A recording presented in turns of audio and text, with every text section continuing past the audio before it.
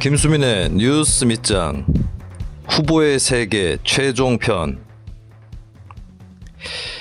네, 후보의 세계 한 편 더 합니다.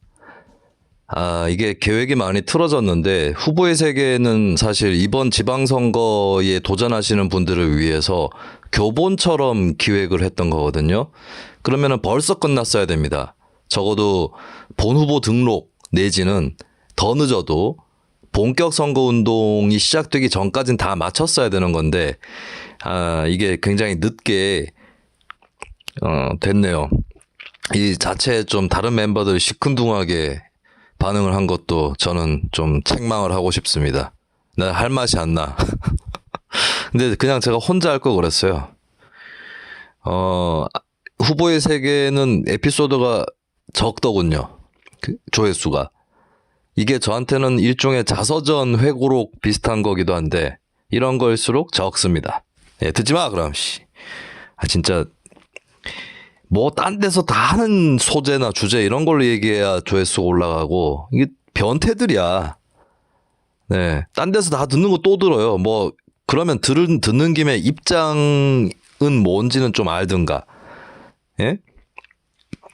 자기네 편인 줄 알고 들었다가 계속 들어보니까 자기 편 아니라서 나가고 뭐 이런 사람들만 자꾸 오고 있어요. 이런 사람들이 몇 편이라도 더 듣길 바라는 게 아니라 그냥 안 왔으면 좋겠어요. 별 보람이 없습니다.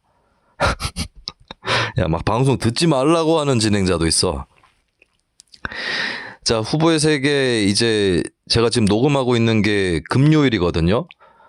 금요일, 토요일이 사전투표 기간입니다. 사전투표 기간 다 돼가지고 이제 종결을 하게 됐고 후보의 세계가 가리키는 시간은 마지막에 13일간의 본격 선거 운동입니다.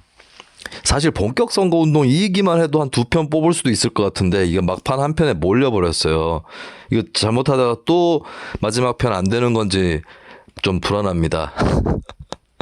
자, 본격 선거 운동의 의미는 뭐냐? 13일 동안인데 딱 시작하는 날에 현수막 걸리고 포스터 걸리고 그리고 후보들이 자기에게 허용된 최대치의 선거 도구, 장비 이런 것들을 갖고 선거 운동에 임할 수 있습니다. 사람들도 최대화되죠, 인원이.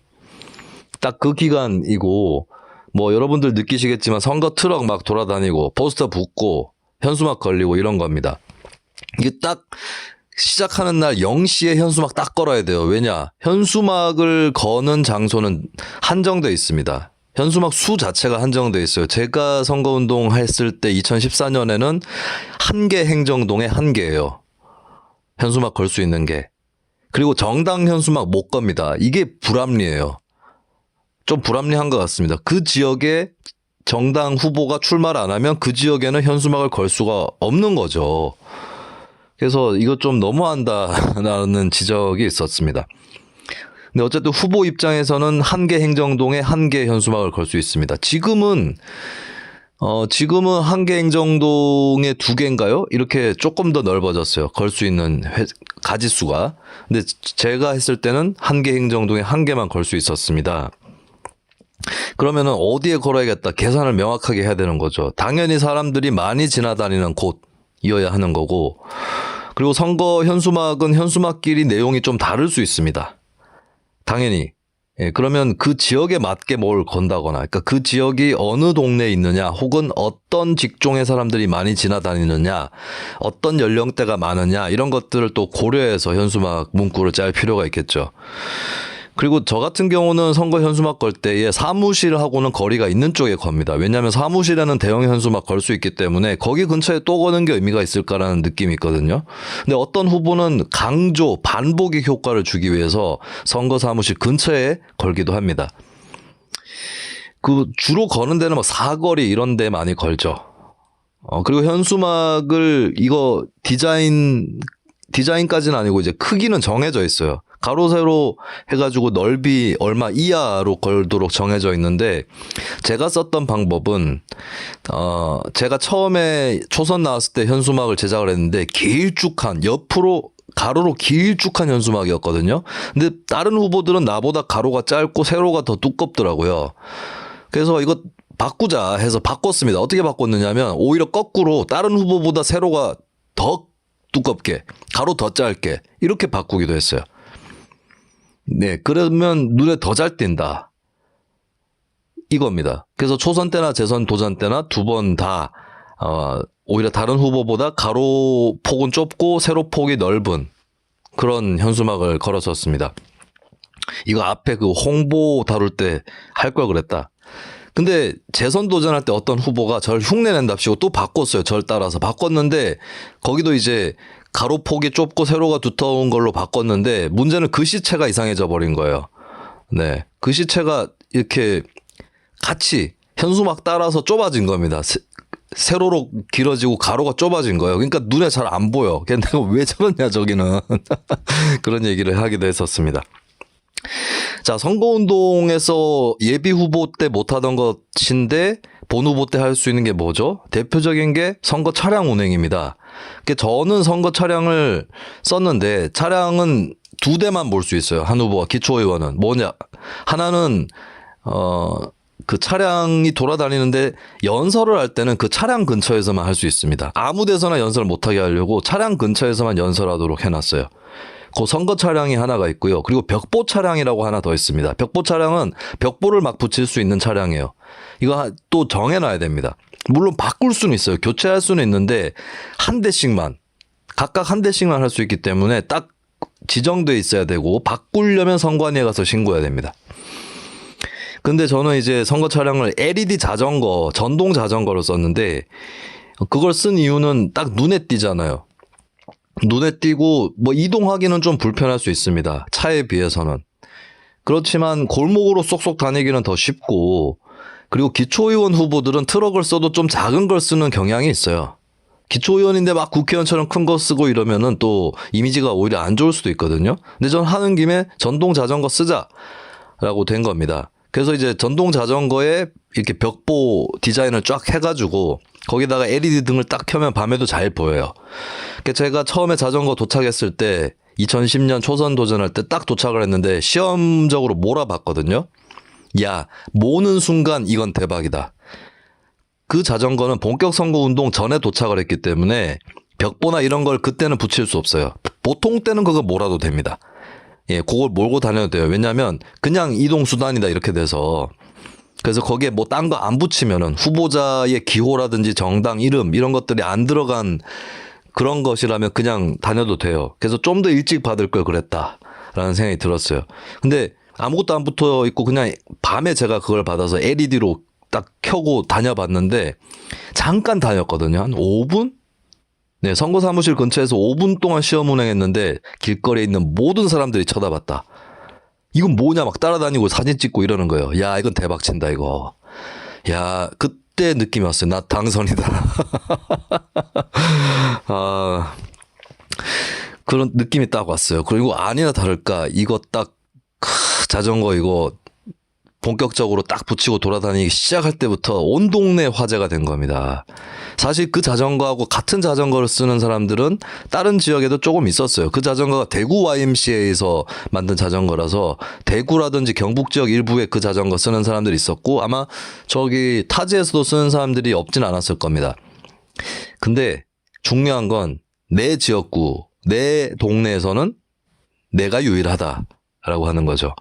이걸로 뭐 시선을 다 뺏어버린 거예요. 많은 사람들이 당황했습니다. 상대 후보 진영에서.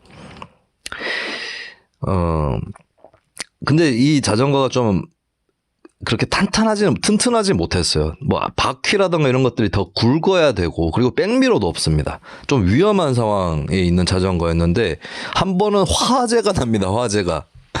제가 잘못한 건데 제 친구가 선거사무장이었는데 이 자전거를 좀 몰고 저는 이제 자전거 뒤에 이렇게 타고 가는 걸로 처음에 잡았거든요. 근데 뒤에 타면은 사실 서 있어야 돼요. 이렇게 붙잡고 서 있어서 서 있는 채로 손을 흔들고 이게 더 좋은데 어떨 때는 그냥 이렇게 힘들어서 지칠 때 뒤에 앉아버린 거예요. 근데 그게 앉는 게 의자가 아닙니다.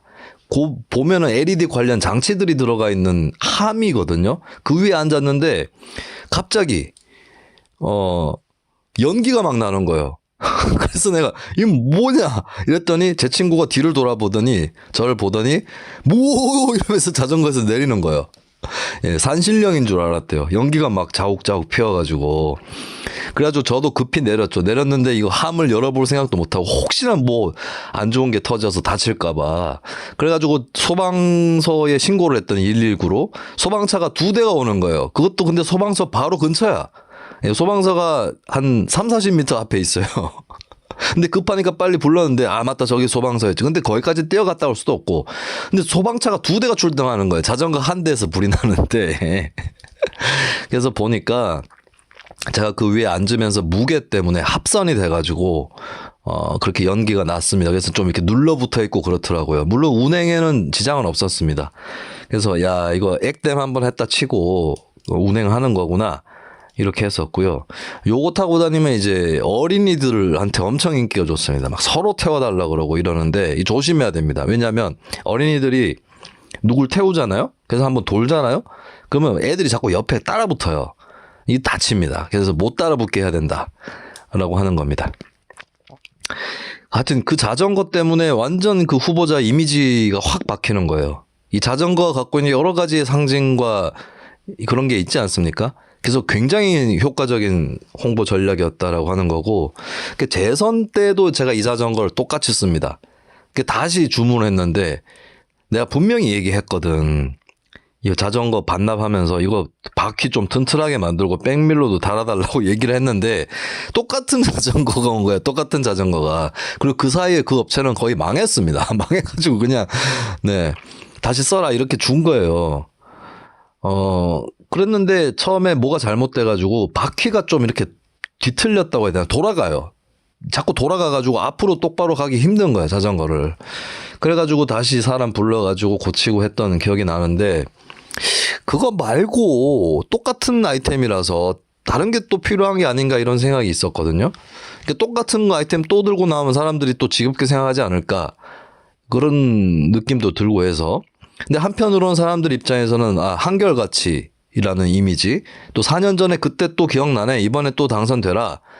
처음에 당선될 때는 당선 안 될 줄 알고도 찍어줬는데 이번에는 어른이 되겠냐 뭐 이런 것들이 또 반응이 나오긴 했습니다. 근데 요것만으로는 좀 부족하다는 생각이 들었고 그리고 이왕에 선거운동하는 거 혼자 자전거 끌고 다니지 말고 이게 초선할 때도 결국에 제가 뒤에 타고 있다가 그 일이 일어났기 때문에 제가 자전거를 끌고 다니는 걸로 정리를 했어요. 그러다 보니까 이제 근데 혼자 다니는 것보다 둘이 다니면 좀 눈에 띄잖아요. 그래서 근데 자전거를 2대를 주문해서 임대를 할 수는 없고 그 비쌉니다 사실 임대를 해도. 그때 한 200 들었던 것 같은데 그거 비용으로. 이게 트럭으로 하면 얼마 들더라? 어쨌든 그래서 어떻게 할까 고민했는데 제가 마침 그때에 고물상 근처에 살고 있었거든요. 근데 고물상에 창밖으로 딱 보는데 저희 어머니가 발견했어요. 저 리어카 봐라. 리어카가 작은 리어카예요. 그 요구르트 아줌마, 이 아줌마가 아니라 아저씨도 할 수 있는 거긴 한데 아줌마들이 주로 많기 때문에 아줌마라고 표현을 했는데 요구르트 파시는 분들이 끌고 다니는 그 리어카인데 작아요. 작아서 작은 게 좋은 점은 일반 자전거에 연결해가지고 끌고 다니기 편하다는 겁니다. 그리고 마침 하필이면 운명적으로 그 리어카는 녹색이었습니다. 녹색 칠이 이미 돼 있었어요. 그래서 고물상에다가 그거를 어느 정도 지불을 했나?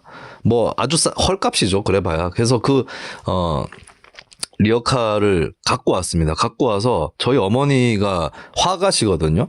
늦깎이 화가신데 타요처럼 뒤에다가 그렸습니다.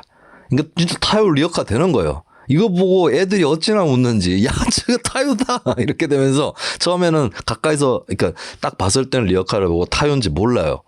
예, 그냥 와 리어카를 자전거에다가 달고 다니나 보다 이렇게 했는데 이게 쫙 리어카가 오히려 멀어질 때 보면은 그 리어카에 이제 타요 그림이 그려져 있는 겁니다. 그때 좀 타요는 정말 선풍이었어요. 서울시에 타요 버스 디자인 도입돼가지고 서울시 정책 중에 인기 정책 1위 했었잖아요. 예, 그래서 그거를 이제 선거 사무장이 저 옆에서 같이 끌고 다녔던.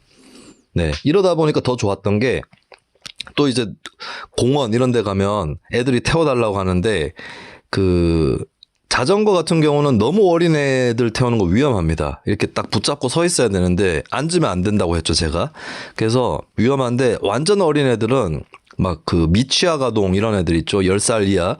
얘네들을 리어카에다 태워버리는 거예요. 네, 제가 막 사진 찍어 놓은 거 있는데 그 당시에 어떤 쌍둥이 여자아이들 2명이 나란히 이렇게 리어카에 타고 있는 장면이 있습니다.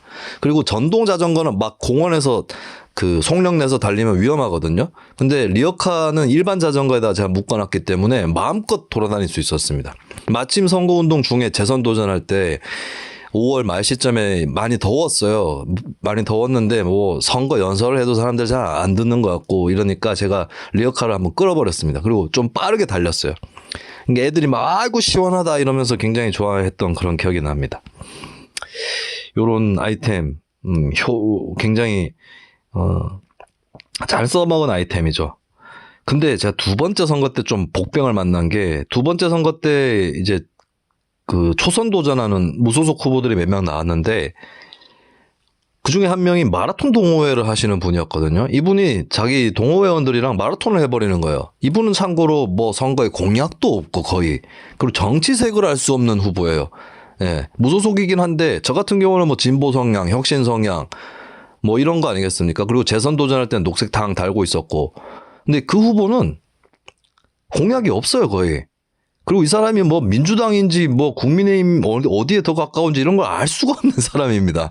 완전 탈정치적인 후보였는데 계속 마라톤 하는 거예요. 연설도 안 해. 뭐 공약 발표도 안 해. 계속 마라톤 하는 겁니다. 근데 저 후보하고 우리하고 표가 좀 겹칠 것 같다. 저쪽도 무소속이고 그런 예감이 딱 들더라고요. 이건 강적이다. 그리고 그렇게 마라톤을 하고 돌아다니시니까 정성에 감흡해가지고 야 저기 찍어야겠다 이런 분들이 점차 늘더라고요. 그게 강적이었다라고 봅니다. 그리고 선거 트럭 뭐 선거 차량하고 빼놓을 수 없는 게 이 차량에서 음악 틉니다. 음악도 아무 데서나 못 틀어요. 이 차량으로 틀어야 됩니다. 그 차량에 이제 스피커가 같이 부착된 경우가 많기 때문에 차량에서 틀게 되는데 저 같은 경우는 뭐 전동 자전거니까 이렇게 좀 큰 확성기가 부착되어 있지는 않았습니다. 그거를 붙일 데가 없는 거죠. 그러니까 이제 휴대용 확성기를 올려놓고 다니는 거죠. 그래서 음악을 틀고 하는데 이거 로고송 어지간하면 하는 게 좋습니다.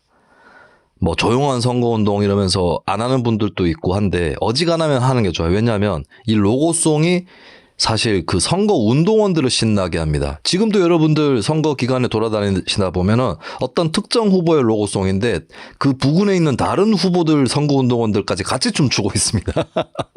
노동요예요, 노동요. 이거 굉장히 중요한 거예요. 그리고 계속 듣다 보면 막 외워집니다, 노래가. 네, 생소한 노래인데도 외워져요. 그리고 그 2014년 지방선거 때는 세월호 때문에 로고송을 다른 후보들 다 안 틀었습니다. 저는 틀었어요. 이따가 얘기할 텐데, 다른 후보들은 다 안 틀었는데, 초선 때는 다른 후보들 다 틀었죠. 틀었는데 이제 뭐 개사를 많이 합니다. 뭐 황진이 이런 걸로 개사를 해서 한나라 한나라 한나라 뭐 이런 노래 나오고 뭐 아들아 땡땡땡 찍어줘야지 뭐 이런 노래 막 나오고 이제 개사를 많이 해요. 그리고 신나요. 제가 지금 아직도 외우고 있는 거 보세요. 네. 뭐 1-가번 랄라랄랄라 뭐 이런 거 이렇게 남의 선거 로고송인데 제가 막 흥얼거리지 않습니까? 이게 노래의 힘이에요.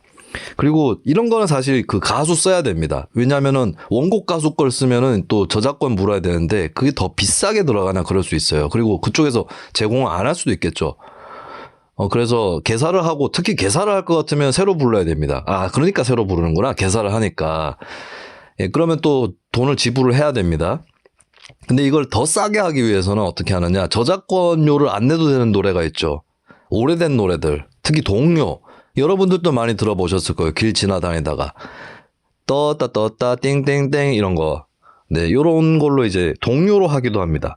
그래서 저는 이게 준비가 안 돼 있었는데, 고심 끝에 제가 좋아하는 노래가 있었고, 제가 예전에 선거운동 하면서 제가 속해 있었던 진영에서 로고송으로 썼던 노래가 있거든요. 그래서, 그 노래를 얻어보자라고 급하게 마음먹습니다. 그것도 본격 선거운동 기간 다 돼서 초선 도전할 때 2010년에. 그래서 제가 연락을 하게 됩니다. 어디로? 이 노래를 만든 쪽에 연락을 하게 됩니다. 이 노래가 뭐냐? 착한 사람들에게라는 노래입니다. 이 착한 사람들에게라는 노래의 이 취지 자체가 자 지금 가사도 저들이 만든 저들만의 축제 뒤에서라는 가사가 나오죠. 이건 제가 사실 맞서 싸우는 상대 진영을 얘기하는 거죠. 근데 우리 스스로가 할 수 있다. 우리 스스로가 우리가 원하는 세상을 만들 수 있다라고 하는, 그러니까 부족하다라고 말하지 말아라. 아직 때가 아니라고 말하지 말아라 라고 하는 그런 메시지를 담고 있는 노래입니다. 이 꽃다지의 착한 사람들에게 라는 노래인데, 제가 꽃다지에 연락을 합니다. 그랬더니 작곡가와 문의를 해보시라라고 하더군요. 예, 이 작곡가는 꽃다지의 이 노래 착한 사람들에게 작곡가는 정윤경 씨입니다. 정윤경 씨하고 연락이 됐는데, 정윤경 씨는 진보신당 당원이었거든요. 근데 좀 확인을 해보시더니 제 지역구에 진보신당 후보가 없고, 또 제가 이제 한나라당하고 싸우는 후보라는 걸 확인을 하시고 난 다음에 제가 얘기를 했던 게, 제가 진보신당 당원은 아니었지만 그 전에 새로운 진보정당 운동이란 단체가 생긴 적이 있었거든요. 그때 정윤경 씨가 행사에 방문하셔가지고 여러분들에게 이 노래를 바칩니다 라고 하셨어요. 그래서 그때 얘기를 하면서 제가 새로운 진보정당 운동 구성원이었다 그 얘기를 했었습니다. 예, 그러니까 이제 그분이 노래를 주셨고, 제가 당연히 노래에 대한 값을 지불을 하려고 했는데 나중에 밥이나 한번 사라고 하시더라고요. 예, 그래서 그 노래를 썼습니다. 그래서 밥을 샀죠. 그리고 재선할 때도 이 노래를 썼습니다. 다시 연락을 드려서. 특히나 재선 때는 정윤경 씨가 노동당 당원이었는데 노동당 지지 후보였어요. 제가 녹색당 후보였지만 노동당 지지 후보였기 때문에 더더욱이나 흔쾌하게 내주셨습니다. 그리고 제가 어떤 활동이고 어떤 사람인지를 4년 사이에 더 잘 아시게 됐기 때문에, 예, 그래서 이 노래를 받았는데, 제가 재선 때는 좀 다르게 했던 것이 노래를 제가 같이 불렀습니다. 이거 틀어놓고, 이게 AR이죠, AR. MR은 아니고. 근데 제가 여기 위에다가 노래를 같이 불렀는데 반응이 굉장히 좋았습니다. 노래를 부르기 시작하면 사람들이 이목이 집중이 돼요. 그러고 나서 연설을 하는 거죠. 네, 그런 기억이 납니다. 어떤 분은 막 이렇게 술집에 가서 명함 돌리고 있는데, 어떤 분이 아까 노래 잘 들었다, 노래 잘 부르던데 이러면서 이제, 네, 그런 분도 계셨습니다. 지금 생각해보니까 굉장히 즐거운 기억이었던 것 같습니다. 그래서 하여튼 음악 중요합니다. 음악이. 네, 선거라는 것은. 네. 하여튼 그렇었고, 그리고 재선 도전할 때는 세월호 사건 때문에 노래 트는 거를 다른 후보들 자제하고 뭐 트럭 안 쓰는 후보도 있었는데, 저는 틀 건 틀겠다라고 생각을 했습니다. 그리고 이 메시지가 그렇잖아요. 막 되게 자화자찬하는 메시지가 아니었습니다. 저는 선거 때 사실 김수민이라는 사람을 부각시키는 선거운동을 해본 적이 없어요. 항상 어떤 가치를 얘기하고, 또 지지를 호소할 때는 나에 대한, 저 자신에 대한 지지를 호소하는 게 아니라 주민에 대한 지지를 제가 호소하는 방법으로 연설을 합니다. 제가 얼마 전에 울진 지역에 가서 연설을 할 때도 뭐라고 연설을 했었냐면, 제가 돕는 사람을 아시죠? 장시원 도의원 후보, 울진에서 군의원 3선 하신 분. 그분이 당선될 수 있다. 왜냐하면 여러분들이 이분 당선시켰다. 그리고 장시원 의원하고 비슷한 성향을 가진 사람이 저를 포함해서 전국 각지에 있었는데 많이들 그 사이에 떨어졌다. 지금 살아남은 게 장시원 정도하고 몇 명 안 남았다. 근데 이런 사람을 당선 3번이나 시켜준 사람들이 울진 군민들 아니시냐. 이런 연설이죠. 여러분들의 힘을 믿어라. 여러분들이 이미 해냈었다. 조금만 더 하면 된다. 이런 얘기를 했었습니다.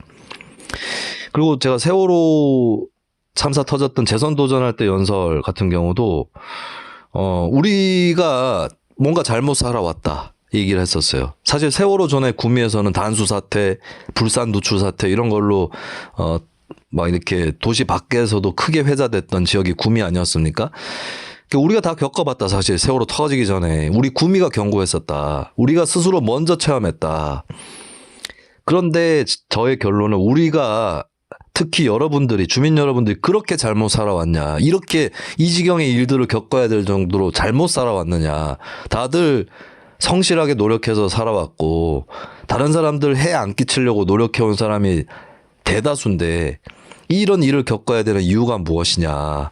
우리가 그렇게 잘못 살지 않았다라는 메시지를 전달을 해드렸습니다. 초선 때도 그렇고 재선 때도 그렇고 이제 저희 연설은 주로 맹연설이었어요. 맹연설. 네, 규탄과 뭐 풍자와 야유와 조롱이 함께하는 맹연설이었는데, 근데 최종적인 전체적인 메시지는 포지티브한 쪽으로, 네, 우리 스스로의 힘을 믿어야 한다라고 하는 아까 전에 그 노래와 같은 그런 메시지를 전달하는데 주력을 해왔습니다. 그 연설이 참 좋은 게 이 연설 내용이 사실 그 기초의원 선거에서 쓸 수 있는 확성기는 차에 부착이 돼 있는 게 아니면 휴대를 하는 경우는 들 수 있어야 돼요. 가벼워요. 그러니까 음량이 빵빵하지를 못합니다. 그러다 보니까 저도 막 어느새 고래고래 고함을 칠 때도 있었는데, 근데 그게 주민들한테 어느 정도 거리를 띄우면 잘 안 들리거든요. 근데 연설하는 모습 자체가 홍보가 됩니다. 제가 주로 어느 타이밍을 놓치지 않았냐면 한나라당 트럭, 그 당시에는 파란색이죠. 쫙 막 와요. 와가지고 뭐 도의원, 시의원, 심지어 시장, 도지사 트럭까지 막 와요. 그리고 막 국회의원들 다 와요. 예, 그러고 막 연설하고 갑니다. 근데 정말 이거는 시민들한테 무례했던 게 한나라당 국회의원들이 그때 2010년 지방선거 때 제 지역구 선거운동 때 한다는 얘기가 꼴랑 한다는 얘기가 저 같은 사람 무상급식 하자, 뭐 주민참여예산제 하자, 정주 환경을 개선하자 이런 공약들 알리기 바빠 죽겠는데 와서 한다는 얘기가 그때 한나라당에 대해서 친박연합이라고 하는 정당이 나타나서 한나라당에 도전을 하고 있었거든요. 근데 친박연합이 사실 박근혜 씨하고는 관련이 없는 정당입니다. 친박연대 아니잖아요. 친박연합이잖아요. 그 친박연합을 제압하는 데 정신이 팔린 거예요. 그래서 친박연합은 짝퉁 친박입니다. 우리가 진짜 친박입니다. 이 얘기하고 가는 겁니다. 국회의원이 지방선거에서. 예, 그래서 제가 듣다가 이건 도저히 용납할 수 없다.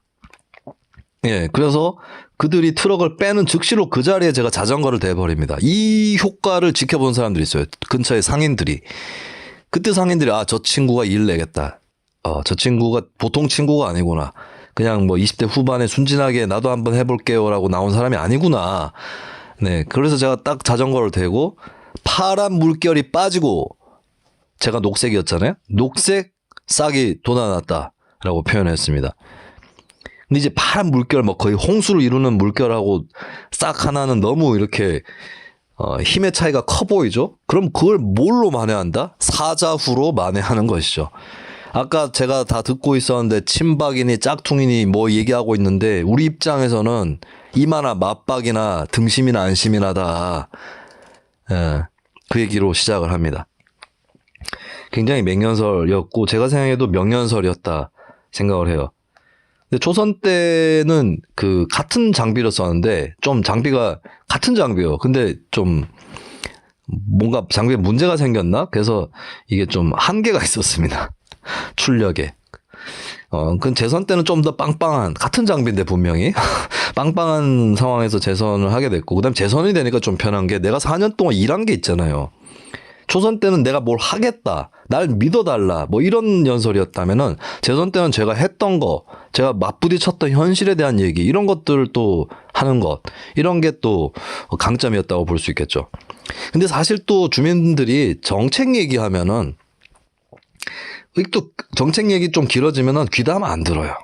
그래서 제가 한날은 연설을 하면서 재선 도전 때 뭐 거대 양당이나 이런 거대 정당 질타하는 연설을 했더니 어떤 사람이 와서 자기가 정치 학도인데 그리고 자기 배우자도 미국에 유학 갔다 왔는데 그 한국의 지방선거를 본격적으로 경험해보는 게 이번엔 처음이다. 근데 아까 연설이 너무 그 큰 정치 얘기만 밖에 없어서 좀 실망했다는 거예요. 이게 사람들의 그거를 다 만족시키기가 대단히 어렵습니다. 그래서 요런 걸 잘 융합시키는 게 센스겠죠. 오락가락 하면서 진짜 막 드나들어야 돼요. 예, 거시정치 부분과 미시정치 부분을 드나드는 연설을 해야 됩니다. 그리고 하면 할수록 늘 수 있습니다. 그래서 막 연설을 했고 이제 재선 때는 제가 아까 초선 때 그 한나라당 트럭 빠진 자리에서 연설했다 했을 때 그 자리가 이제 인동에 정류장이 있습니다. 인동 정류장 그러면 그 동네 사람들 다 알아요. 그 자리에 서서 또 막판에 연설을 했는데 재선 도전 때도 와 그때 연설을 하는데 이제 제가 실력이 더 붙어가지고 사실 이게 연설이 중요한 게 어떤 포인트냐면 인파를 모아놓고 하는 연설이 아닙니다. 그거를 알아야 돼요. 이 기초의원 선거 연설이 대통령 후보 연설이랑 다른 게 그겁니다. 대통령 후보는 뜨면 사람들 모이잖아요. 그리고 이미 조직력으로 사람들 모아놓습니다. 그럼 그 사이에서 연설하는 거거든요. 근데 기초의원은 뭐 거의 삐끼예요. 예, 기초의원 그 사람 보고 사람 모여 있지 않습니다. 그때로는 사람 별로 없는 데 가서도 연설해야 됩니다. 그렇기 때문에 더더군다나 더 고도의 연설 실력이 필요하다라고 하는 거고 저는 그런 경험에 있어서는 제가 뭐 감히 대선 후보로 나왔던 윤석열 대통령이나 이재명 후보보다 제 연설을 훨씬 잘한다고 생각합니다.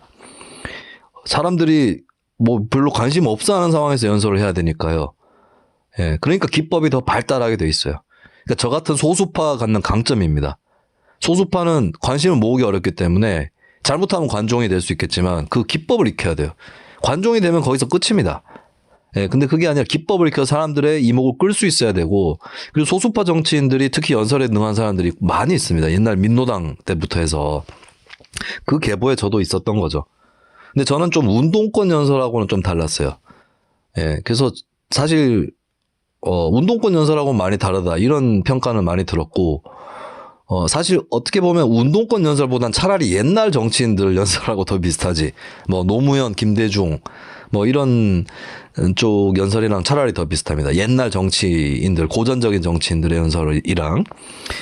근데 뭐 이건 좌파 우파를 떠나서 연설이라는 건 비슷비슷해지게 돼 있어요. 근데 이제 완급 조절이 중요하다. 네, 계속해서 고함 지르고 목소리 크게 하고 이렇게 웅변 일변도로 가는 것보다는 토크식으로 가다가 솟아 올라가고 이런 식으로 가는 기승전결이 있어야 된다는 거고 저 같은 경우는 하다 보니까 는 게 막 환호하는 사람이 없잖아요. 대정치인 연설하면 막 환호하잖아요. 중간 박수 치고 난리 나잖아요. 근데 막판에 끝낼 때 환호를 하게끔 제가 그걸 몰고 가는 겁니다. 이런 식으로 연설을 하면서 사람들이 환호를 하게 만들어요. 예. 그랬더니 이제 막판에 재선 도전할 때 연설 끝날 때 상인들이 일제히 몰려 나오시는 걸 봤습니다. 제가 연설할 때 이미 어떤 상인분은 이제 가게에선 왜 가게가 조금 위로 올라가 있는 데가 있잖아요. 계단이 있고. 그 계단에 걸터 앉아서 듣는 분들도 계셨는데 그분이 굉장히 그 환호를 하시더라고요. 와, 이런 연설은 처음 들어봤다. 이러면서. 예, 사실 그만큼 연설이 실종된 정치를 하고 있는 겁니다. 다른 후보들은 연설 거의 뭐 별로 안 하더라고요. 안 하는 게 장땡이라고 생각한 후보들도 있어 보일 정도였습니다. 근데 저는 할수록 좋다. 연설이라는 걸 하는 게 주민에 대한 예의다. 볼륨이나 이런 것만 신경 쓰면 된다. 그리고 연설 애티튜드라든지, 예. 그래서 했더니 그때 잊을 수가 없습니다. 저는 이제, 일단은 선거운동원들도 명함을 돌리는데 후보가 연설을 하는 중에 돌리면 사람들이 적극 잘 받아준다. 분위기 굉장히 좋다. 처음에 싸해도 후보가 일단 연설을 하니까 분위기 굉장히 좋아졌다라고 하는 게 있고, 근데 갑자기 제가 연설을 끝낼 때 상가에서 상인들이 막 쏟아져 나오시는 거예요. 그 안에서 듣고 계셨던 거죠, 안에서. 들었는데 끝났으니까 응원해 주려고 나오신 겁니다. 와, 그때의 제가 이거는 반전 아닙니까? 예, 그런 좋은 기억이 또 생각이 납니다. 그 참 연설은 근데 제 입장에서는 선거운동에서 연설이 제일 쉬워요. 선거운동 중에 연설이 제일 쉽습니다. 그 다음 쉬운 게 뭐냐? 길거리에서 인사하는 거. 그 다음에 명함 돌리는 거 어려워집니다. 자, 연설 말고 다른 부분의 선거운동 얘기도 해야 되겠는데 이 선거할 때 입는 옷이 저는 제 개인적으로 어깨띠를 가장 선호합니다. 이게 선거 후보가 유니폼이나 뭐 잠바, 조끼 이런 거 입으니까 선거 운동원들하고 구별이 안 가고 그다음에 저는 처음 출마할 때 29살, 두 번째 출마할 때는 33살이었잖아요. 이거 입어놓으면 선거 운동원인 줄 알아요. 그리고 뭐 그런 야유를 많이 들었습니다. 얼마 받고 일하냐. 저한테 제가 후보인데요. 제가 돈을 선거운동원들한테 그 사무비를 줘가면서 하는 후보입니다. 얘기를 했었습니다. 그래서 차라리 조금 젊어 보이려면은 이렇게 잠바를 입고 하는 게 눈에 잘 띄고 하겠죠. 그리고 잠바에 이렇게 글자 써놓은 게 눈에 더 잘 띕니다. 어깨띠보다는. 근데 조금 차별점을 주기 위해서, 그리고 너무 젊은 후보면은 오히려 그냥 정장, 세미 정장이나 정장 차림에 어깨띠를 하는 게 더 나을 수도 있다. 그러니까 선거 운동원들하고는 좀 옷이 구별될 필요가 있다. 뭐 그런 얘기를 드리고 싶고요. 그리고 제가 동생을 좀 동원했는데 동생이랑 저하고 그렇게 많이 닮진 않았어요. 근데 이제 좀 이렇게 성장을 하니까 분위기나 이런 게 좀 닮아가는 측면이 있어요. 그 동생이 선거운동할 때 살이 빠지니까 저하고 점차 비슷하게 되더라고요. 근데 첫 선거 때 저한테 선거 전략을 자문해 주시는 분이 있었습니다. 과거에 노동조합에서 교육선전부장을 하셨고 민중당 이런 진보정당 운동에 적극 참여를 하셨던 분이고 동네에서 냉면집을 경영하시는 그런 아주 저한테는 정치 멘토에 해당하는 분이죠. 그분이 이제 동생하고 어렴풋하게 좀 비슷하기 때문에 동생을 어디다 세워놔라, 포스터에다가. 그래서 동시에 막 인사하고 다녀라. 그러니까 같이 서 있지 말고 떨어져서. 근데 이제 제 동생이 저하고 상의 없이 초선 도전할 때 무슨 컷이지? 네, 되게 특이한 그 컷이 있습니다. 그리고 후보자 입장에서는 하기 어려운 컷이에요. 이 설명하기 좀 그런데 그걸 머리를 그렇게 잘라버려가지고 그 전략을 쓸 수가 없게 된 겁니다. 근데 두 번째 선거할 때는 그 전략을 썼어요. 그리고 세월호 때문에 선거운동이 많이 밀려 있어서 제가 아침에 그냥 길거리에서 인사만 할 수는 없는 상황이 됐어요. 그래서 아침에는 어린이집 등원하시는 분들, 예, 그쪽을 놓고 이제 선거운동을 하기 위해서 돌아다니기 때문에 길거리에서 선거운동을 못 하는 거예요. 근데 그때 제가 제 동생을 세워놓습니다. 길거리에. 예, 그랬더니 진짜로 몇몇 지지자분들이 아까 길거리에서 봤다고 저한테 뭐 문자, 메시지, 댓글 이런 게 달리는 거예요. 근데 사실 거기에 서 있었던 사람은 제 동생이었습니다. 그 한 번은 이제 동생이 한참 인사를 하고 있으면 제가 또 볼일 보고 그 장소에 도착을 하지 않겠습니까? 도착을 하면 저하고 동생이랑 교대를 하는 거잖아요. 다른 선거운동원들이 난리가 났어요. 왜냐면 다른 선거운동원들도 제 동생이 저인 줄 알았거나 아니면 아닌 건 알고 있었는데 그래도 너무 닮았다 해서 다른 선거운동원들이 웃음을 짓는 그런 현상도 있었습니다.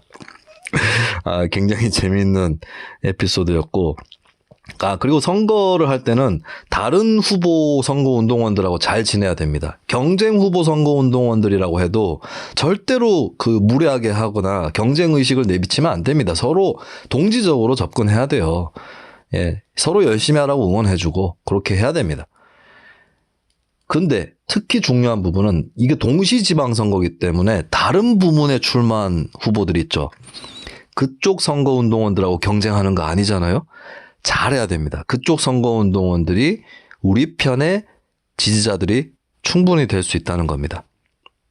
네, 그 선거운동원들은 좀 바빠요. 그래서 집에도 늦게 퇴근을 하시지만 동료 주민들하고 얘기할 일이 있으면 다른 분야 후보들하고에 대해서도 얘기를 하거든요. 그때 좋게 얘기를 해주십니다. 제가 그 덕을 많이 봤어요. 제가 초선할 때도 도의원 후보로 나오신, 무소속으로 나오신 분이 있는데 그분 무소속이고 나도 무소속이니까 뭐 런닝메이트 관계는 전혀 아니지만 어쨌든 간에 자연스럽게 그렇게 될 수도 있는 상황이었거든요. 물론 저는 그분이 한나라당 출신이기 때문에 공조하고 이런 건 없었습니다. 근데 어쨌든 간에 서로 나쁜 생각할 이유가 없는 것이고, 특히나 후보도 아니고 선거운동원이라면 그분들 우리 유권자거든요. 잘 지내야 됩니다. 제가 특히 심혈을 기울였던 게 교육감 후보 선거운동원들이에요. 예, 교육감 후보들은 또 교육감들은 정당 공천이 없어요. 그렇기 때문에 역설적으로 진영 논리에서 자유로워집니다. 이 싸움하러 나오신 분들이지만 표싸움하러. 근데 이게 좀 묘한 거는 교육감 후보가 여러 명인데 다 잘 지내야 돼요. 다 잘 지내야 됩니다. 네, 요거 참고를 하셔야 됩니다. 보니까 제가 울진에 얼마 전에 갔을 때 보니까 장시원 의원 다른 부문 후보 선거운동원들하고도 잘 지내고 계시더라고요. 그리고 제가 동생 얘기했는데 가족 선거운동 문제입니다. 가족 선거운동 하면 가족 걱정이 많이 됩니다. 가족한테 무슨 일 있으면 안 되는데 이런 걱정이 되기 때문에 저 같은 경우는 이제 아버지보다는 어머니가 좀 나서서 많이 도우셨고, 아버지 같은 경우는 이제 뒤로 도우셨어요. 주로 자신이 아는 쪽에 연락하고 이렇게 하는 건데, 근데 선거 끝나고 제가 초선 때는 제가 낙선할 거란 예측을 지들 마음대로 많이 하다 보니까 제가 당선되니까 또 별의별 말이 다 나와요. 그래서 아버지 때문에 당선됐다 이런 소문이 났는데 제 지역구는 아버지 연고가 별로 없는 곳입니다. 그러니까 제가 지난 편에서 말씀드렸지만 제 지역구가 제가 어릴 때 살던 곳이 아니라고 말씀을 드렸죠. 그래서 제가 그 지역에 나간다고 했을 때 저희 아버지도 조금 신경을 이렇게 뭐랄까 쓰려고 해도 쓸 수 없는, 그러니까 나도 그 동네 아는 사람이 많지 않다 이거예요. 네, 물론 도와주셨고 굉장히 크게 도움이 됐습니다. 그래도 저희 아버지가 구미에서 수십 년 사신 분인데 그 동네에는 연고가 없지만 이래저래 뚫다 보면 그 동네 사는 사람들도 있거든요. 뭐 수십 명, 100명 넘어갑니다. 예, 그런 덕은 많이 봤죠. 근데 저희 아버지는 주로 사무실에 계셨는데 어머니가 좀 밖에 나오셨고, 저희 어머니가 이미지가 너무 좋으셔가지고 굉장히 이제 득표에, 어떻게 보면 저희 어머니는 또 이렇게 인맥이 넓은 분은 아니신데 선거 운동 자체로 굉장히 힘이 되는 그런 경우였고, 요게 이제 좀 젊은 후보들이 부모님하고 어떻게 해야 된다의 힌트가 될 수 있는데, 제가 경로당 다닐 때 저희 어머니랑 같이 갔었어요. 묘하게 뭔가 연결이 됩니다. 네, 경로당 가면은 제가 사실은 그 처음 초선 도전할 때 노인분들 상대하는 이런 노하우가 얼마나 있겠어요. 근데 어머니랑 같이 가면은 이 연결이 돼요, 이렇게. 그 노인분들도 저희 어머니를 이렇게 보시고, 아, 저 어머니는 괜찮은 사람인 것 같은데, 뭐 아들도 괜찮지 않겠냐, 뭐 이렇게 생각을 하시는 거죠. 그 덕을 많이 봤습니다. 부모님 덕을. 근데 이제 저는 어쨌든 간에 가족의 안전이 후보의 안전보다 우위이기 때문에 뭐 제 동생이야 걱정할 건 없는데, 제 동생 같은 경우도 다른 선거운동원들하고 같이 있는 거고, 제가 저희 어머니는 혼자 못 있겠습니다. 항상 수행을 붙였어요. 예, 나는 혼자 다녀도 된다. 자전거 타고 다녀도 되고 혼자 다녀도 되는데 어머니는 혼자 계시면 안 된다 해서 항상 수행을 그렇게 붙였습니다. 근데 유의하실 점은, 이 가족은 선거 사무실에서 선거 기조를 결정하는 일을 하는 거는 피하는 게 좋습니다. 이 가족이 그 객관적이지 못해요, 사실. 그렇기 때문에 선거 회의를 한다거나 선거 전략을 짜는 데 있어서 가족이 끼는 건 좋지 않습니다. 그리고 가족분들도 거기에는 어지간하면 안 끼시려고 하는 게 좋아요. 네. 그 만약에 가족분인데 뭐 전략적 마인드가 있다, 아이디어가 있다 이러신 분은 가족이 직접 후보한테 얘기를 하거나, 이것보다는 가족하고 또 대화를 하는 별도의 선거운동원이 있는 게 낫습니다. 가족이 좌지우지하기 시작하면 선거가 꼬이기 시작해요. 예. 그리고 막 실컷 기조 다 짰는데 가족이 가가지고 후보한테 뭐라고 하고, 예? 이 논의의 흐름을 못 따라잡거든요, 가족도. 그래서 가족은 거기에 안 끼거나 아니면 후보한테 직접적으로 얘기를 오히려 하지 않고 다른 라인이 있는 게 나아요. 이게 가족이 포함된 팀이 있는 게 낫습니다. 그럼 그 팀원들끼리 얘기를 해서 그 팀장이 뭐 후보한테 건의를 하거나 이런 형식으로 가야 되는 거예요. 그런 것도 한번 참고를 하셔야 되는데 벌써 선거가 다 끝나네요.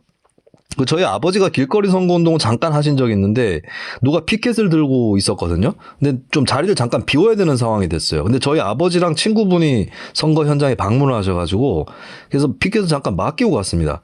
네, 근데 되게 재밌는 장면이, 아저씨 양복 입고 있는 거거든요. 두 중년 아저씨가. 예.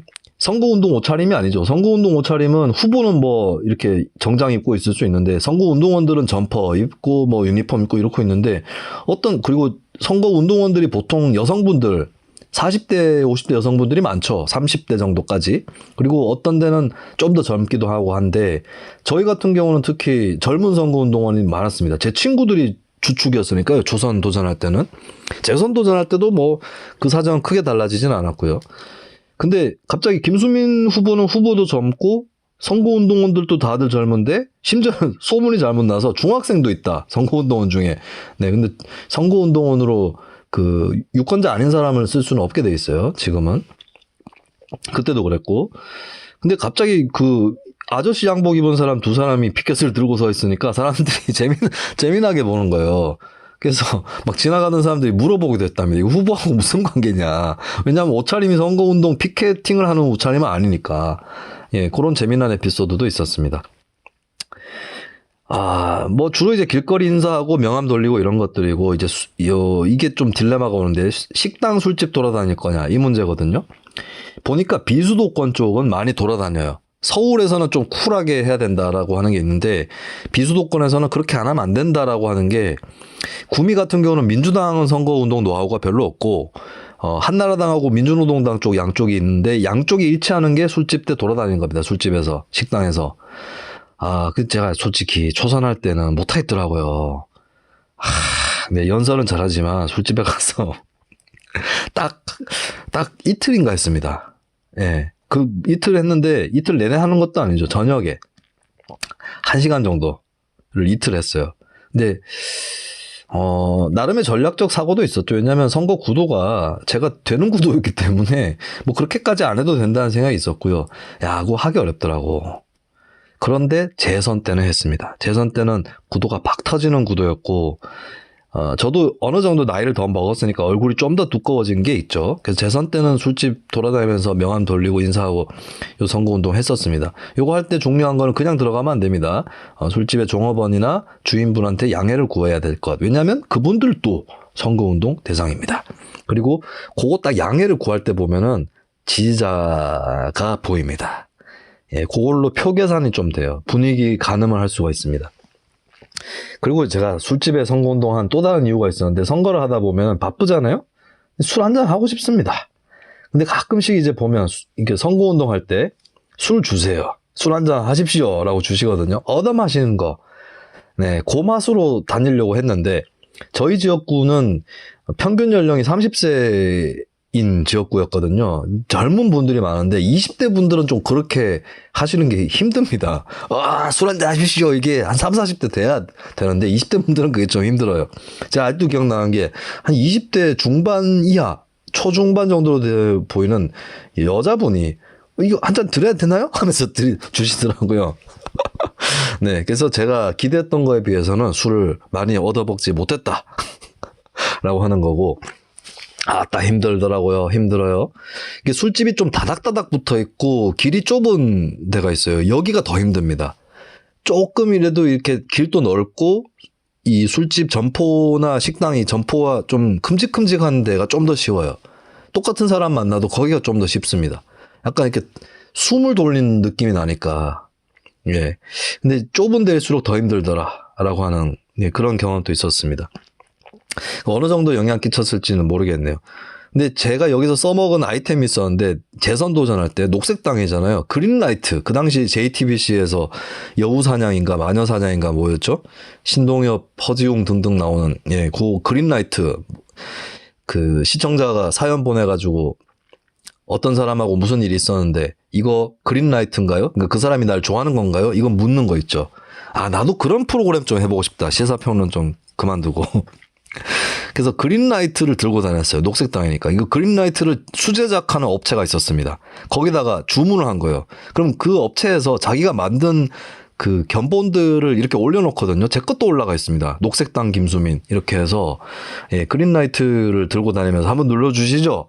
이렇게 들고 다니기도 했었습니다. 그럼 지지하시는 분들 한번 눌러주시고.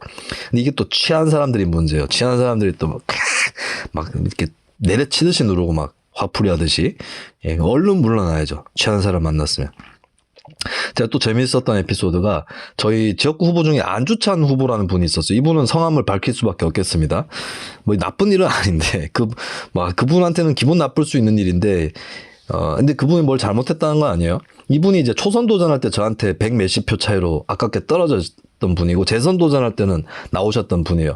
그리고 결국에는 재선 도전할 때는 되셨고 4년 전에도 재선을 하셨어요. 요번에 또 출마를 하셨나 그럴 겁니다. 근데 그분이 이제 이름이 안주자 산자잖아요. 근데 제가 어디 선거운동 하러 가니까 어떤 분이 반가워요 이러면서 나는 김수민 후보 찍을 거예요. 아까 전에 누가 와가지고 뭐 대도 않게 명함을 돌리더라고 하면서 명함을 접어놨어요. 접어놨는데 뭐라고 접어놨냐면 안주하고 딱 접어놓는 겁니다. 안주하고 딱 접어놨어요. 그래서 이거 뭐 안주 삼아 내가 명함 들고 있었지 뭐 이런 분도 있었습니다. 근데 이런 분들은 취했지만은 지지자니까 괜찮죠. 근데 진짜 좀 안 좋은 경우도 많이 만나는 것 같고, 어떤 사람은 저한테 4년 전에 내가 당신을 찍었다. 이거 재선 도전할 때 얘기인데 근데 녹색당을 왜 들어갔냐. 훈계를 하려고 그러더라고요. 이 사람이 딱 대께. 이 사람이 조국 사태 때 내 소식 들었으면 뭐라고 했을까? 제가 녹색당 들어간 걸로 훈계를 하려고 하더라고요. 딱 보니까 민주당 지지자야. 그때 확 쏴들고 그랬나 봐. 예. 근데 이게 선거운동 하다 보면 바빠요. 뭐, 이렇게 일일이 시비 털기도 힘들어. 나 이재명 후보가 요즘 시비 걸고 다니는 거 이해를 할 수가 없어요. 그게 안 나옵니다. 시비 거는 게. 웃으면서 생글생글 하고 있는데 갑자기 어떻게 시비를 걸어. 예. 물론 저도 한 번씩은 조금 싸울 때도 있었습니다만, 어떤 선거운동 할 때는 제가 어디 집에 갔는데 자꾸 어떤 분이 시의원 왜 월급 받냐고 하는 일도 별로 없는데, 그리고 진짜 하고 싶으면 무보수 봉사로 하라고. 그래서 제가 토론 한 판 붙었습니다. 무보수 봉사로 하면 누가 유리하냐? 돈 있는 사람이 계속 할 거 아니냐고. 예, 근데 그분을 제외한 나머지 일행분들은 다 제 의견에 동의를 해주셨는데, 그분은 끝까지 안 해주셨지만 그래도 저를 찍어주시는 걸로. 예, 그리고 그분 연락처 얻어서 선거 기간에는 이 현역 의원도 의정 보고서를 못 돌리게 돼 있어요. 근데 SNS로는 돌릴 수 있습니다. SNS로는. 그래서 제가 무슨 일 했는지 이렇게 시의원 놀지 않는다. 월급 300만 원 정도 아깝지 않게 일한다는 걸 제가 보여드리기 위해서 연락처 얻어서 SNS로 보내드리기도 했습니다. 의정 보고서 링크를.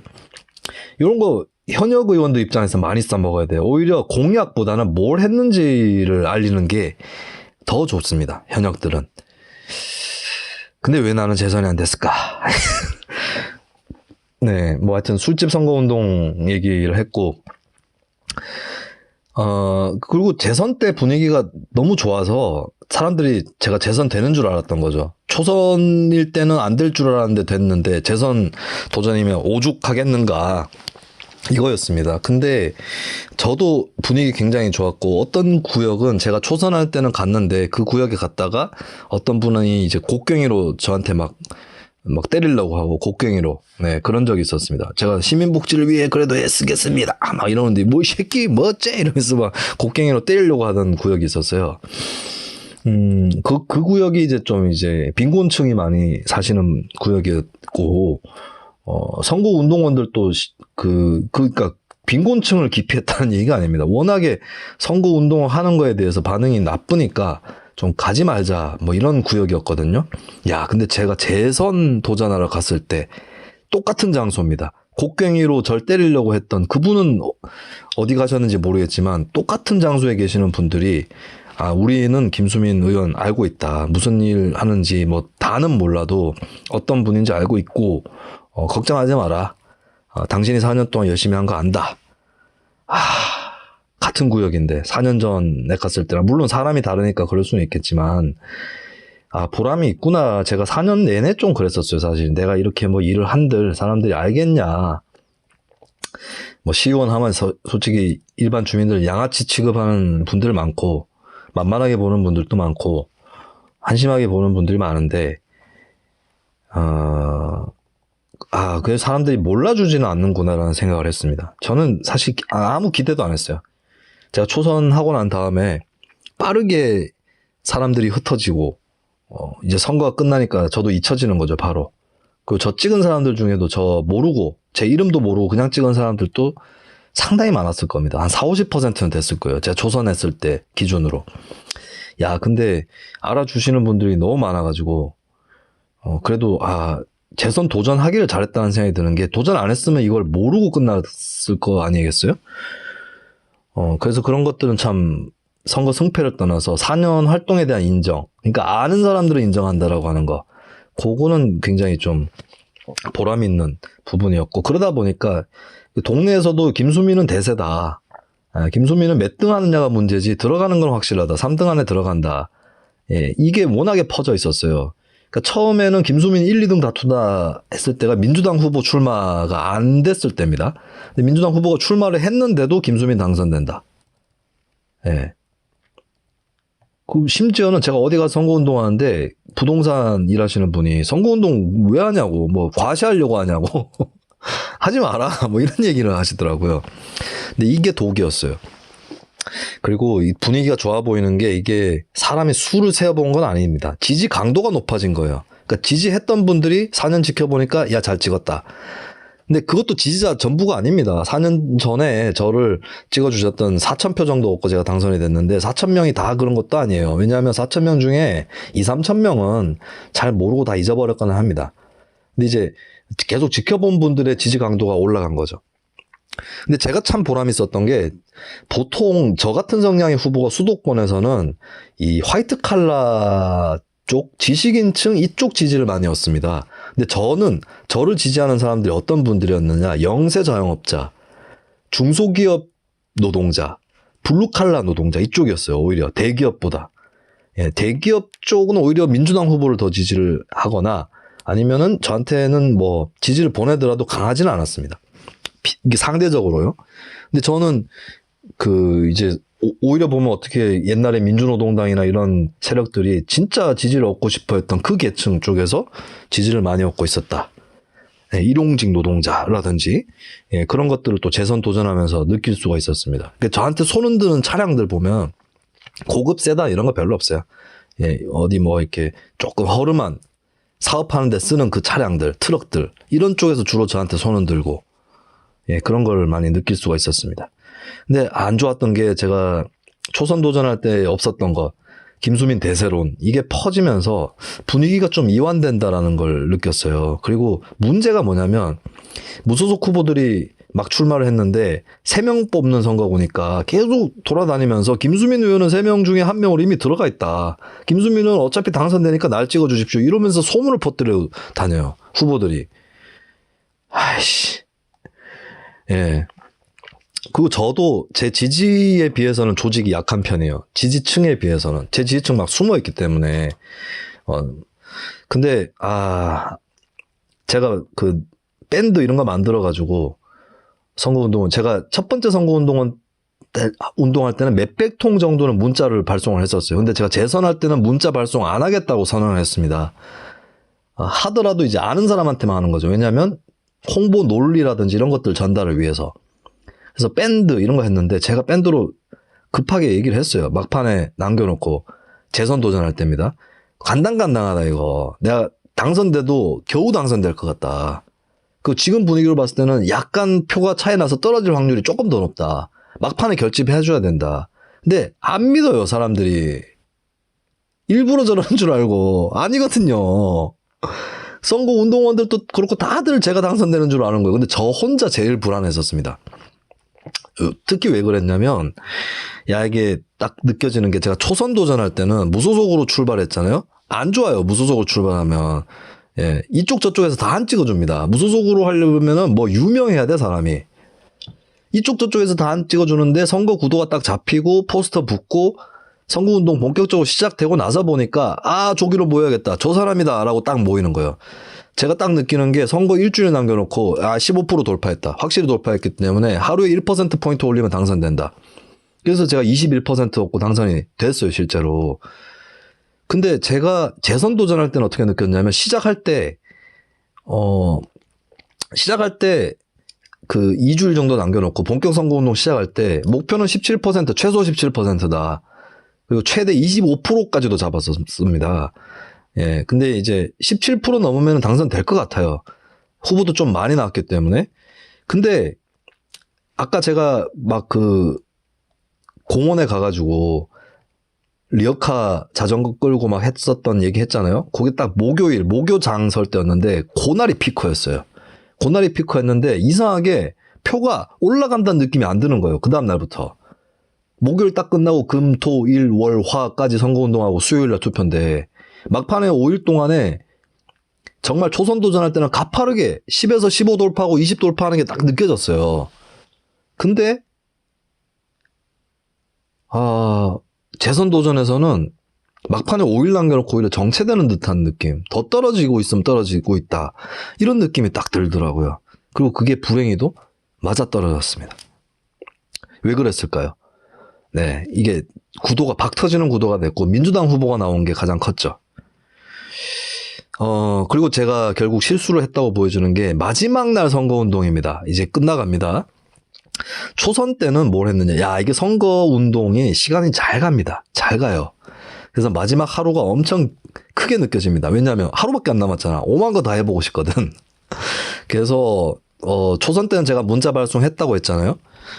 문자 발송을 했는데 막 쿠사리도 들어와요. 가끔씩. 어떤 주민은 응원하는 주민도 있고 어떤 주민은 이런 거 보내지 마시오 이러면서 쿠사리도 먹고 했었습니다. 근데 문자 발송을 그때 막 제가 직접 손으로 작업해가지고 했었어요. 예. 이렇게 사무실에 앉아가지고 이거 치고 있으면 운동원들이 뭐라고 하거든. 지금 사무실에 앉아있을 때냐고. 그래서 제가 혼자 자전거 몰고 다니면서 어디 짱 박혀가지고 왜 그랬냐면 제가 사실은 이거는 더 이상 그 선거운동 하지 않았는데 구미시에 어떤 카페에 가입을 했는데 거기에 전화번호를 올려놓은 사람들이 많습니다. 그리고 어느 동네 사는지 자기 가족이 몇 명인지 자기가 몇 살인지 이런 거 올려놨거든요. 그래서 제가 그거를 연령대별로 다 분류가 돼 있었어요. 그래서 거기에 맞는 메시지를 직접 쳐놔가지고 또 선거 현장에서 느낀 게 있잖아요. 뭐가 주요하다 이런 거. 그래서 그렇게 딱 전달을 하고 있었어요. 그래서 한 200통 정도를 제가 수작업으로 돌렸던 기억이 납니다. 예. 그리고 제가 선거 마지막 날 기억에 남는 게, 초선 때 선거운동이 우여곡절이 되게 많았어요. 제가 앞선 편에서 얘기 드렸겠지만 처음 출마 선언했을 때 아버지 입 돌아가시고 여기서부터 시작해서 주변 사람들이 차례로 알아눕습니다. 선거 도와주시기로 했던 분도 알아눕고 나보고 출마 권유했던 친구는 허리 디스크 도져서 알아눕고 예, 차례 알아눕더라고요. 근데 이게 흉조가 아니라 액땜이라고 느껴졌었어요. 기운이. 느껴졌었고 이제 막판에 되니까 막 다 정리가 돼요. 선거 조직도 정비가 되고 제가 우스갯소리로 선거 마지막 날에 야 이틀만 더 하면 우리 조직이 확실히 정비되겠다 이런 얘기를 했었습니다. 근데 막판에 저한테 달라붙는 애군들이 있었던 거죠. 막 별의별 일 다 있었어요. 그리고 자전거 끌고 다니는 얘기 더 해야 되겠는데 자전거를 이 전동 자전거입니다. 근데 오르막길 나올 때 제가 살짝 당겨놨어요. 전력을 살짝 당겨놓고 제가 직접 굴리는 것처럼 연출을 하고 예 그러면 힘세 보이잖아요. 이야 저 친구 힘센데 막 이런 눈빛으로 보더라고요. 사람들이 살짝 전동을 당겼습니다. 그러니까 전동을 어지간하면 안 썼어요. 어지간하면 굴리고 다녔습니다. 사람들 안 볼 때 쭉 당겨가지고 한꺼번에 이동하고 이럴 때는 당겼는데 근데 오르막길 나오면 진짜 그대로 굴리면 힘들거든요. 그래서 살짝 당겨놓고 굴리는 거 반, 땡겨놓은 거 반 해가지고 막 그렇게 연출을 하기도 하고 그리고 비 올 때 제일 좋습니다. 예, 선거할 때 비 올 때 신나요. 비가 폭우가 내리면 안 되지만 적절히 내리면 그냥 비 오는 상황에서 그냥 갑니다. 자전거 타고 가는 거예요. 야, 저 친구는 비가 와도 저렇게 열심히 선거운동 하는구나. 이렇게 되는 거죠. 그런데 마지막 날에 자전거 사고가 한 번 더 납니다. 제가 아까 화재 사고 얘기했었는데 마지막 날에 이건 제 과실이 없어요. 제가 지나가다가 주차장에서 빠져나오는 차가 갑자기 급 후진하면서 제 자전거를 들이받습니다. 제가 그때 들이받을 때 다리에 자동차가 부딪힐까봐 다리를 황급하게 딱 치웠던 기억이 생생하게 나는데요. 그러니까 그쪽 차는 후진하면서 뒤쪽으로 박은 거고 저 입장에서는 앞쪽인 거죠. 근데 아마 제가 다리를 안 치웠더라도 그 각도, 그러니까 자전거 모양새 때문에 아마 거기 부딪히고 제 다리는 안 다쳤을 가능성이 높긴 합니다. 근데 제가 정말 안도했던 게 못 모르는 분들이 자꾸 안전을 위해서 자전거 뒤에 선거운동을 한 명 태우고 다녀라. 이런 얘기를 했거든요. 근데 만약에 거기에 선거운동을 태웠다면 그 사람이 다칩니다. 튕겨 나갔을 거예요. 그리고 하필이면 그 같이 타고 다니는 사람으로 유력한 사람이 누구였느냐? 허리디스크 치료하고 급하게 선거에 들어온 그 친구였어요. 그 친구 타고 있는데 그 생각해보세요. 예? 차가 와서 들이박아가지고. 자, 근데 제가 선거 막판에 대해서 마음이 좋아졌는지 항의도 안 하고 심지어는 저 자전거 들이받은 사람들 연락처도 안 받았어요. 연락처 받았었어야 합니다. 왜냐? 자전거가 망가졌어요. 근데 저는 망가진 줄 모르고 망가진지 모르고 그 부근에 있는 동네 입구에 해당하는 사거리로 나아갑니다. 마지막 선거운동을 위해서. 그쪽에서 계속해서 연설도 하고 인사도 하려고. 그러다 보니까 딱 갔는데 어떻게 됐느냐. 거기는 이제 신호등이 딱 불이 들어오면 계속 돌게 돼 있어요. 횡단보도를 돌 수 있어요. 자전거를 타고 계속 도는 거예요. 횡단보도로. 계속 돌면서 타고 있으면 안 되죠. 이렇게 끌면서 도는데 까불다가 자전거가 이미 망가진 상태였거든요. 자전거가 주저앉아 버립니다. 펑크펑 나면서 이미 바퀴가 휘어져 버린 거예요. 그걸 모르고 있다가 이제 펑크 나면서 탁 바퀴가 휘어졌나? 하여튼 바퀴가 휘어질 정도는 아니었고 하여튼 그 자전거 주저앉아 버립니다. 근데 그게 묘한 신호였어요. 선거가 끝나는 상황이에요. 자전거를 거기 주저앉았어요. 그럼 그 자전거를 세워놔야 됩니다. 길거리에. 대신에 기호 7번 김수민 무소속 이 부분 떼야 돼요. 그리고 그 자전거는 그냥 세워놨습니다. 선관위에서 뭐라 그러면 보통 선거 차량은 선거 끝나면은 쫙 동네 안쪽에다가 숨겨놓거든요. 다 뜯어내거나 아니면 위에 덮어놓거나. 이게 노출되면 안 된다 이거죠. 투표 당일 12시부터는 안 된다. 선거운동 다 금지니까. 근데 저는 자전거 세워놓고 뜯어냈어요 그냥. 근데 사람들이 보고 저 김수민이 타던 자전거 아니야? 이렇게 될 수 있는 거죠. 선관위에서 뭐라 그러면 이거 뻗어버렸다 자전거. 어떡하란 말이냐. 사람 부르긴 했는데 이거 언제 치울지 모르겠다. 그리고 지금 다 뗐다. 선거 차량들도 보면 동네 주차장에 대고 다 떼면 그만이거든요. 다 떼지 않았냐 이거. 이렇게 나올 참이었습니다. 그러면서 선거운동을 마무리를 했었고 이게 액땜이었던 것 같아요. 마지막 사고. 야, 예. 그리고 이제 제일 마지막 마무리할 때는 고 사거리가 아니라 조금 선거 사무실 가까운 사거리에서 선거운동원들끼리 화이팅 외치면서 마무리를 딱 지었습니다. 그리고 이제 제 선거 소품이 또 촛불을 딱 들고 했거든요.